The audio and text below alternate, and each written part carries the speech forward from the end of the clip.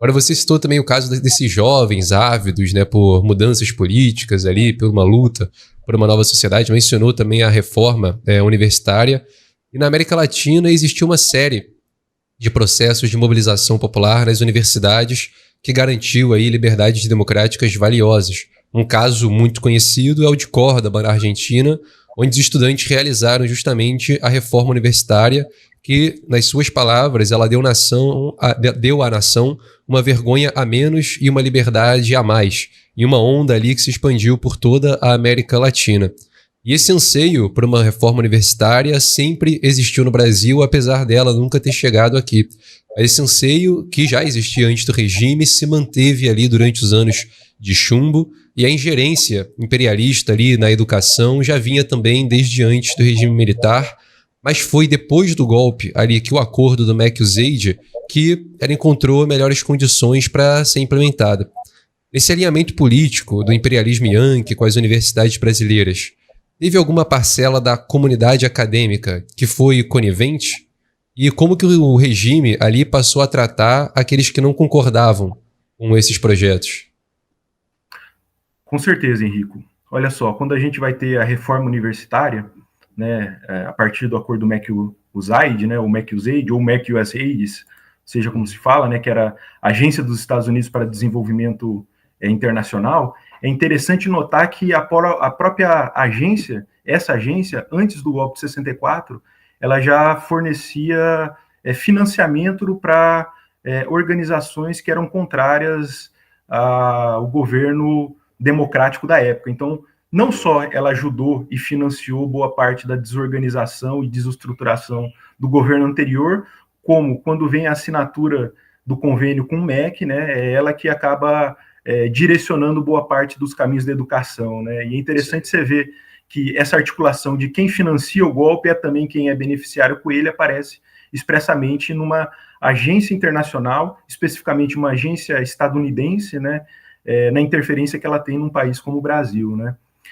Fundamentalmente, né, o que a gente vai ter dentro desses anos, né, é uma relação assim, ou de colaboração ou de deixar em segundo plano aqueles que se opõem à reforma universitária que era colocada, né?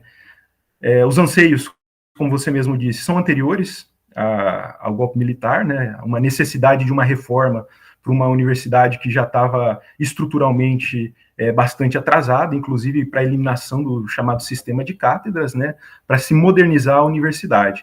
Isso sempre foi uma demanda anterior, tanto dos estudantes quanto dos próprios professores. No entanto, essas contradições existentes no interior da universidade, elas vão cada vez mais se agudizar depois do golpe. E que, portanto, mesmo os professores que lá estavam, eles pedem a reforma universitária para ser conduzida por aqueles que estavam no poder, né?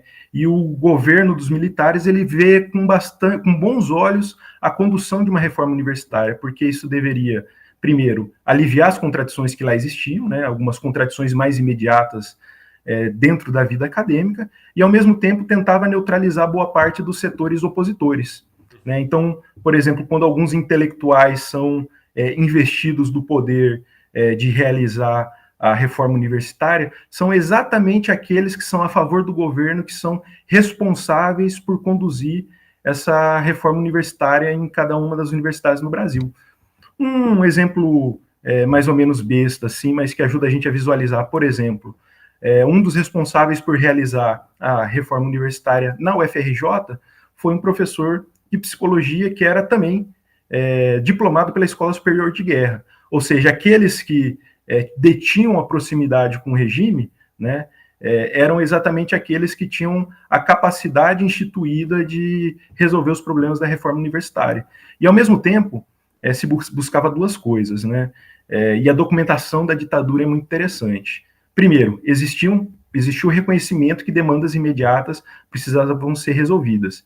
E a preocupação do governo era exatamente que não deveriam ser os chamados grupos subversivos que conseguissem captar boa parte da insatisfação dentro da universidade. E essa expressão é utilizada dentro das documentações. Por exemplo, quando da reforma universitária da USP, em São Paulo, você tem uma ascensão e um movimento de massas estudantil bastante grande, inclusive com ocupação da USP, com vários dos documentos produzidos pelos estudantes, inclusive que eram muito melhor do que boa parte da produção acadêmica dos professores, que eram contrários, né? E você começa a ver uma vida acadêmica cada vez mais rica culturalmente, né? Porque ela consegue entender muito melhor boa parte das contradições que tinham na sociedade, né? São exatamente os professores que estão alinhados com a ditadura que são responsáveis por conduzir a reforma universitária, ao mesmo tempo em que se criam recursos jurídicos para se expulsar esses alunos da universidade. Eu acho que tem um outro elemento que é interessante, né, que a reforma universitária ela é de novembro de 68. No mês seguinte, em dezembro de 68, é assinado o AI-5, o Ato Institucional número 5. E os 3 generais que assinaram a reforma universitária, todos eles assinaram o AI-5, né? Então, essa conexão entre as atividades dentro da universidade, né, e a preocupação que o regime tinha de necessariamente fechar e dar aquilo que se chamou de golpe dentro do golpe e tentar retirar o máximo possível de pessoas contestadoras, é um cálculo que é feito dentro do regime, inclusive impactando dentro da própria universidade. Ou seja, quem assina a reforma universitária é também quem assina o Ato Institucional número 5. Né? Lembraria, por exemplo, se isso é em dezembro de 68, né, o AI-5, né, em fevereiro do ano seguinte, ou seja, em fevereiro de 1969, você já tem o chamado Decreto 477. É um decreto-lei bastante curto, talvez uns três artigos, mas ele vai criminalizar, inclusive com penas de prisão e afastamento da universidade, aqueles que eram envolvidos, abre aspas, com subversão. E ele vai detalhar aqui que era subversão dentro da universidade. Né? Eu acho que eu separei algumas expressões, então eu peço desculpas aqui por ler um pequeno trecho, mas eu acho que é muito interessante. Olha só, esse é o artigo número 1, comete a infração disciplinar o professor, aluno, funcionário ou empregado do estabelecimento de ensino que alicie ou incite a deflagração de movimento que tenha por finalidade a paralisação de atividade, ou seja, criminalizou a greve dentro de universidade. Mais para frente, aquele que pratique atos destinados à organização de movimentos subversivos, passeatas, desfiles ou comícios não autorizados. Né? E mais para frente, conduza ou realize ou confeccione, imprima, tenha em depósito ou distribua material subversivo de qualquer natureza. Ou seja, se limitou, mas se tentou acabar com a vida cultural dentro da universidade, porque você criminaliza, chama de subversão e tem um instrumento jurídico para jogar eles para fora dentro da universidade, né? Então, essa articulação dentro da universidade, entre aqueles que eram a favor e aqueles que eram contra, encontrou um subsídio jurídico para fazer valer essa posição. Então, assim, o decreto 477, que vem depois do ato institucional número 5, que vem depois da reforma universitária, colocou uma situação dentro do ensino público superior brasileiro única até então. Assim, você pode tirar no momento que você quiser aquilo que você acha que é subversivo. Qualquer coisa, distribuir panfleto. Está escrito literalmente ali, quem distribui panfleto está fora da universidade, né? E com isso você criou, dentro da universidade, um fechamento de espaços para determinadas correntes e opiniões e determinadas posições não conseguirem florescer. E é claro que isso não foi desculpa para aqueles que continuaram na luta pela democracia no país, né? Mesmo com os espaços fechados, eles continuaram desenvolvendo por variados meios que existiam. Mas isso cria um caldo de cultura dentro da universidade, em que ou você está lá para ouvir a aula, né, e não pode fazer mais nada, mas completamente apartado da vida política do país, ou então você está fora. Qualquer coisa era motivo para você estar fora, né? Coube a quem fazer isso? Os colaboradores dentro da universidade da ditadura. E tiveram muitos, viu?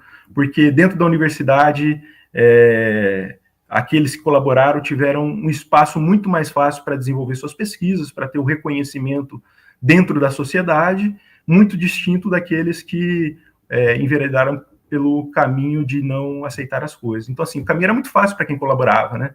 Você tinha financiamento, você tinha reconhecimento social, né? Então, para alguns, o caminho mais fácil e mais simples era estar atrelado ao regime.